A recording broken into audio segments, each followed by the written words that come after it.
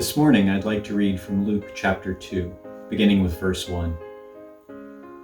In those days a decree went out from Caesar Augustus that all the world should be registered.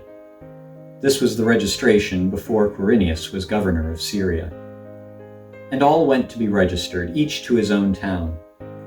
And Joseph also went up from Galilee, from the town of Nazareth, to Judea, to the city of David, which is called Bethlehem, because he was of the house and lineage of David, to be registered with Mary, his betrothed, who was with child.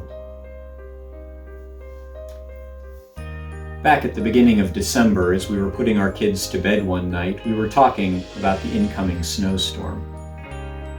That's the thing that stinks about doing school online, Wilson grumbled. No snow days. But then, the next morning, after several inches of snow dumped on us overnight, you probably remember, Wilson was on the computer for his morning math class, and the district sent out an email. Due to power outages across the area, school is canceled today. Cue a happy dance. Well, it's telling to me that Luke opens his account of the birth of Jesus by connecting it to the Roman emperor and governor. On the one hand, this of course shows that this was a real event, rooted in history, tied to things many of his first readers would have remembered. But it also reveals something else important. The days of Caesar Augustus weren't exactly a high point for the Jewish people.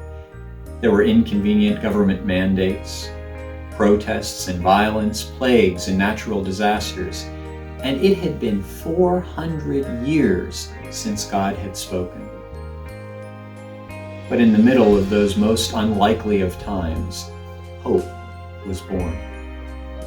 Jesus arrived to a poor family whose livelihood was certainly disrupted by having to travel to Bethlehem for the census. Jesus arrived to parents who were covered in the shame of an unwed pregnancy.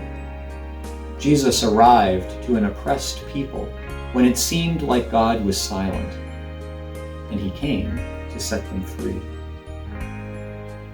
In these days, know that Jesus has arrived.